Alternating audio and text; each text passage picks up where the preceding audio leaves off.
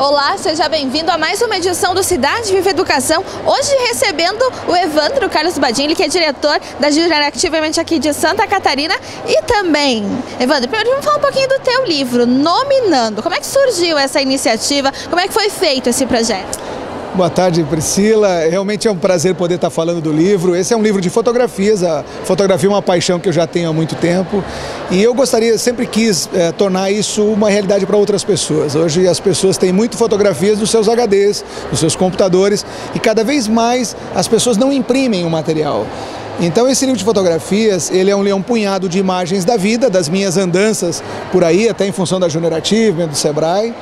E eu juntei, mas de uma forma diferente, convidando pessoas para darem nomes às fotos, para olharem para a imagem e darem a sua percepção do mundo, a sua cultura, as suas experiências em cima de uma imagem que eu, como fotógrafo, tenho um foco muito preciso, mas que me mostrou que as pessoas, quando olham para uma imagem, têm visões totalmente diferentes. E uma mesma imagem pode representar para uma pessoa alegria, para outra pode ser um sentimento de fúria ou de raiva, ou então um pôr do sol, para você pode ser de um jeito e para mim tem um conceito diferente. Então o livro contou com 214 pessoas diferentes, cada uma delas ganhou 3 imagens para nominar. Então o livro tem 637 nomes diferentes para as 87 imagens do livro. Agora, Evandro, por que fotografia? Bom, primeiro que eu viajo bastante e na correria do dia a dia as pessoas não olham mais para um final de dia, para uma flor. Eu gosto de fotografar, faço muita macrofotografia, foto de coisas muito pequenininhas. Então a fotografia para mim é uma terapia.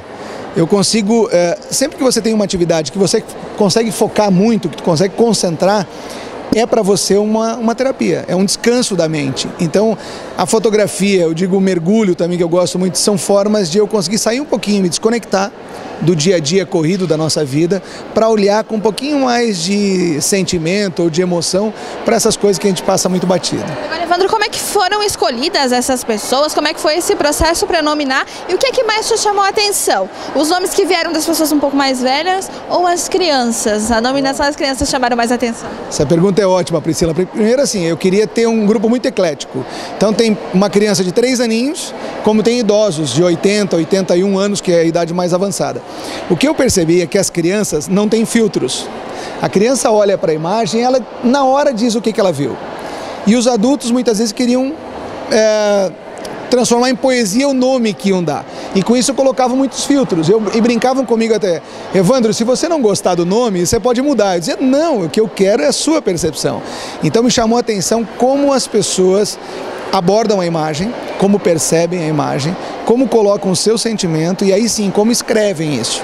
Porque uma das angústias de qualquer artista, seja um pintor, um escultor, é dar um nome para uma obra quando ela vai para uma exposição. Porque você fecha, cerceia aquela obra com aquele nome.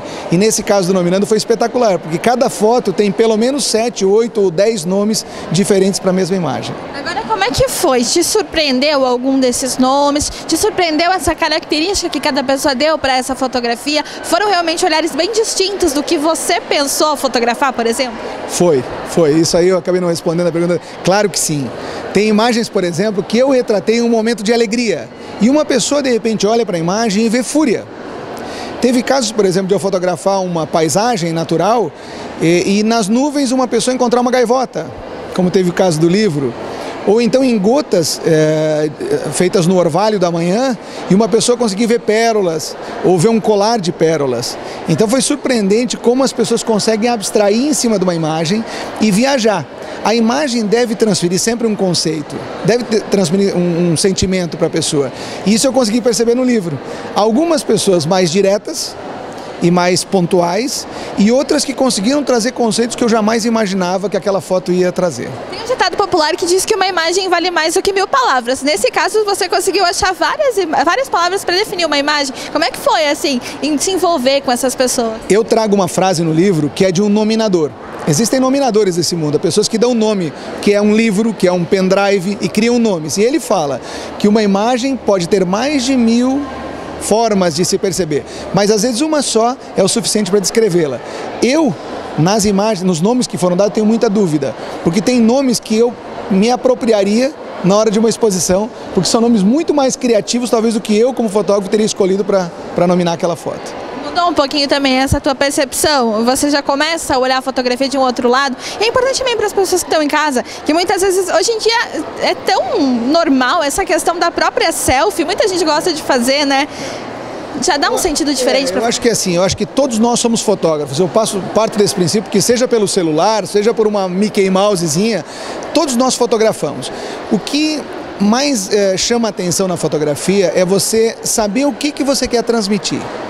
Hoje se fotografa demais, se fazem muitas fotos, mas poucas pessoas param e pensam assim, o que eu gostaria de transmitir com essa imagem?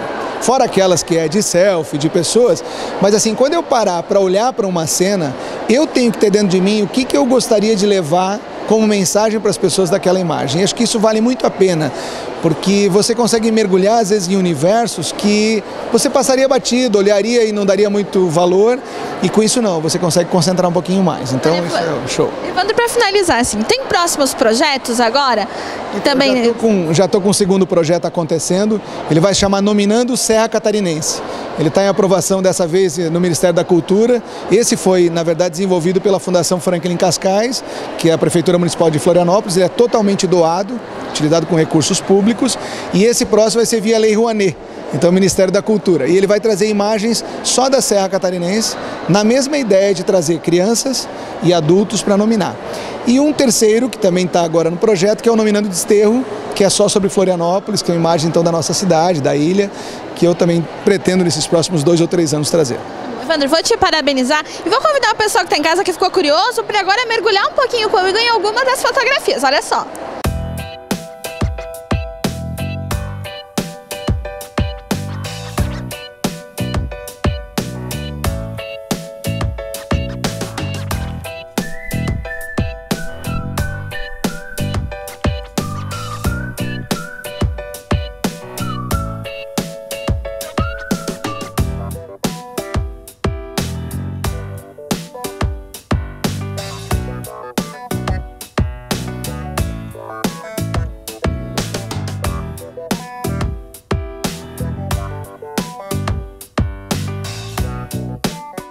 Que nome você daria para uma imagem como esta?